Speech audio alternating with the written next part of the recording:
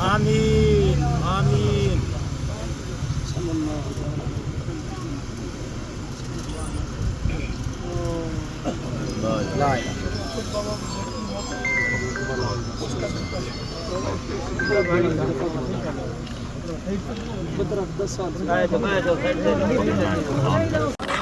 ان کا کام کر رہا تھا، کھیتی باڑی کر رہا تھا اور وہ شہید ہو گیا۔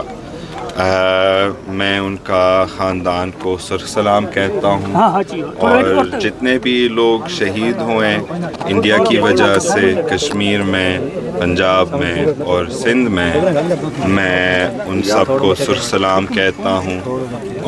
میں ان سب کے ساتھ ہوں، میں یکجہتی کرتا ہوں ان سب کے ساتھ، بچے سے بزرگ تک، کیونکہ بچے بھی اس معاملے میں شہید ہوئے، نوجوان بھی شہید ہوئے۔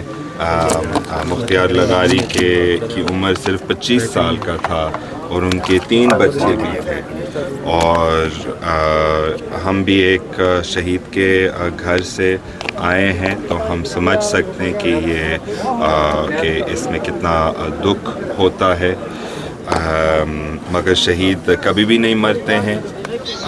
عربی میں شہید کا یہ مطلب ہے گواہ، دنیا کے ناانصافی کے گواہ، اور وہ اس دنیا کے ناانصافی کا گواہ رہے گا قیامت تک۔ آپ کیا سمجھتے ہیں یہ ڈرون جو بھجوائے جا رہے ہیں انڈیا کی جانب سے، اس پر اسرائیل کا جو ہے وہ ٹیگ لگا ہوا ہے، کیا اس میں اسرائیل کے ملوث ہونے کے کوئی ہے یا کوئی؟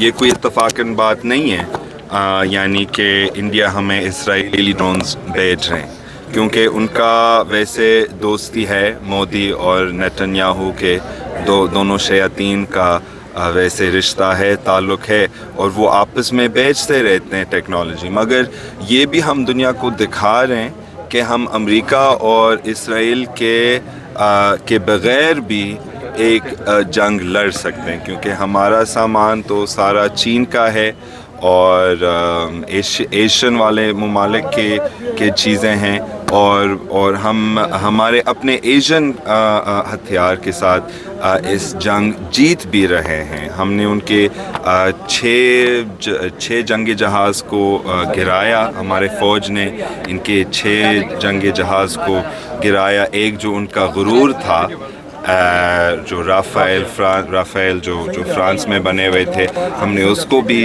گرایا، تو اور ہم نے بڑا ریسٹرینٹ بھی دکھائے۔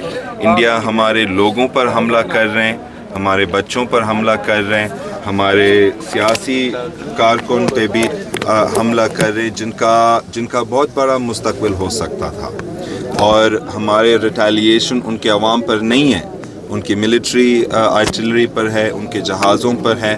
تو اس بات میں فخر ہے کہ یہ لوگ جو انڈیا میں فوج ہے وہ بدتمیزی کر رہے ہیں، عوام پہ حملہ کر رہے ہیں، اور ہمارا جواب اسی طرح نہیں ہے، ہم ان کے ملٹری انفراسٹرکچر پہ حملہ کر رہے ہیں۔ سب آپ صورتحال میں گورنمنٹ کا کردار کیسے دیکھ رہے ہیں؟ مجھے ابھی لگتا ہے کہ ہمیں متحد ہونا چاہیے، ہمیں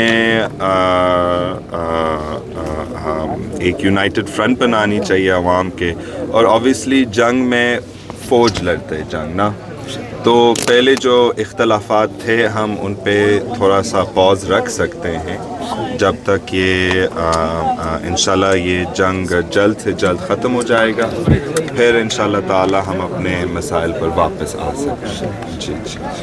اچھا میر صاحب، اس وقت ملک جو ہے نازک صورتحال سے گزر رہا ہے، جنگ کا صورتحال ہے، تمام جو سیاسی پارٹیاں ہیں ان کو کیا میسج دینا چاہیں گے؟ کہ ابھی جنگ کے صورتحال میں کوئی سیاسی پارٹی نہیں ہوتے ہیں، سب ایک ہونا چاہیے۔ یہ جو آپس میں اختلافات چل رہے ہیں، یہ تھوڑا آپ پاز رکھیں، ٹھیک ہے، کوئی سیاسی تنظیم نہیں ہو سکتے جنگ کی صورتحال میں، صرف عوام ہوتا ہے جنگ کی صورتحال میں، اور ہمارے عوام متحد کے بڑی نیڈ میں ہیں۔ پبلک کے لیے کیا میسج ہوگا آپ کا؟ ہم پاکستانی لوگ وہ لوگ ہیں جو کہ کبھی جھکتے نہیں، ہم وہ وطن ہیں جو حق پرست ہے،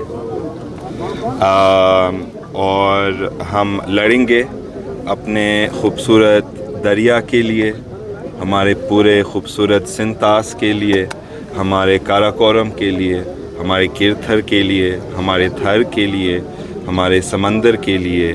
ہم اپنے خوبصورت دھرتی کے لیے لڑتے رہیں گے، اور ہم حق پہ راستے پر ہیں، اور بھارت شیطان کے راستے پر ہے۔ Thank you very much. Thank you very much.